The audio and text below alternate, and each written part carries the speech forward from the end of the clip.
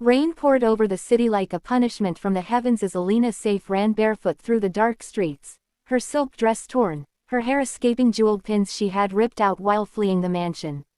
Behind her, guards shouted, engines roared, and the world she was born into, wealth, power, expectations, closed in like a trap. She didn't stop running until she stumbled into a worn-down mechanic shop glowing faintly beneath a flickering bulb. Inside, Rafay wiped grease from his hands as he leaned over the engine of a car older than he was. He jerked up when the door slammed and saw her, soaked, shaking, eyes wide with terror. Everything about her screamed that she did not belong here. Her dress, her posture, the elegance she couldn't hide even in fear. "Please, hide me," she whispered. Rafay didn't understand, but something in her trembling voice made him nod. He guided her behind a stack of tires and brought her a jacket and chai to warm her.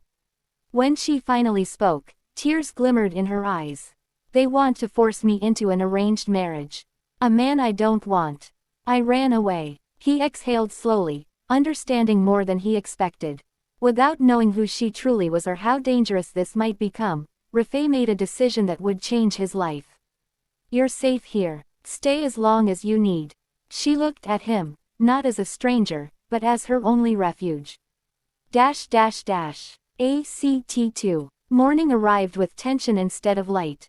Alina had drifted asleep in the corner, wrapped in his jacket, while Rafay worked silently, pretending not to look at her every few minutes.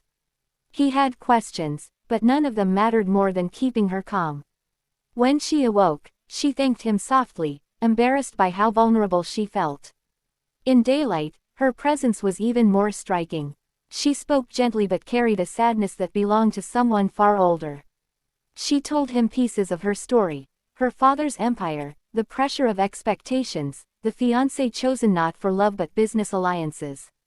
Rafay listened, leaning on his workbench, realizing how different their lives were, yet how similar their longing for freedom felt. But danger was closing in. Luxury cars screeched outside. Shadows moved past the windows. Rafay's heart dropped. "They're looking for you." Before he could hide her again, the workshop door burst open. Men in black suits scanned the room, followed by a stern older man, her father. Alina stepped out before Rafay could stop her.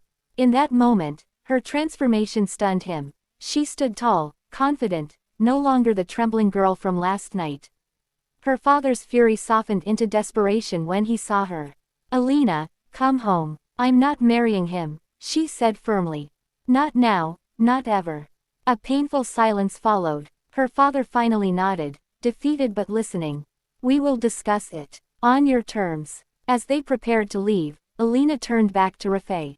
"Thank you," she whispered, her eyes glistening. "You saved me without knowing who I am." She pressed a small gold-embossed card into his hand and stepped away, leaving him standing in the quiet workshop with his heart racing. ACT 3. Days passed, but Rafay kept the card tucked safely in his wallet, touching it without meaning to.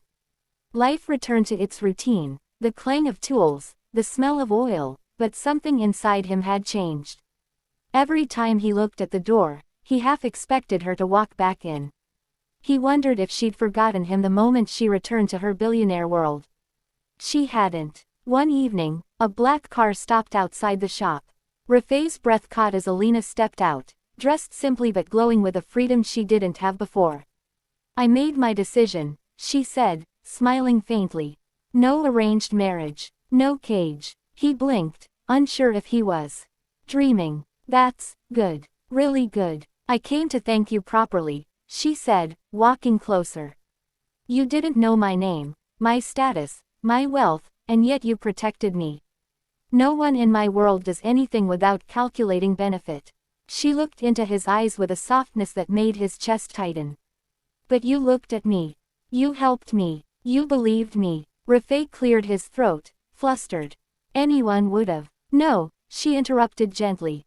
"Not anyone. Only someone with a kind heart." She handed him another card, this one with her personal number written boldly. "I don't know where life is taking me now. But if you ever need me, or even if you just want to talk, call." He took the card, feeling something warm and terrifying spark inside him. I will. As she stepped back into the car, she held his gaze a moment longer, as if leaving a piece of herself behind.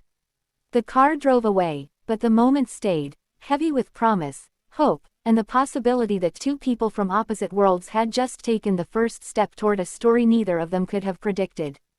And in the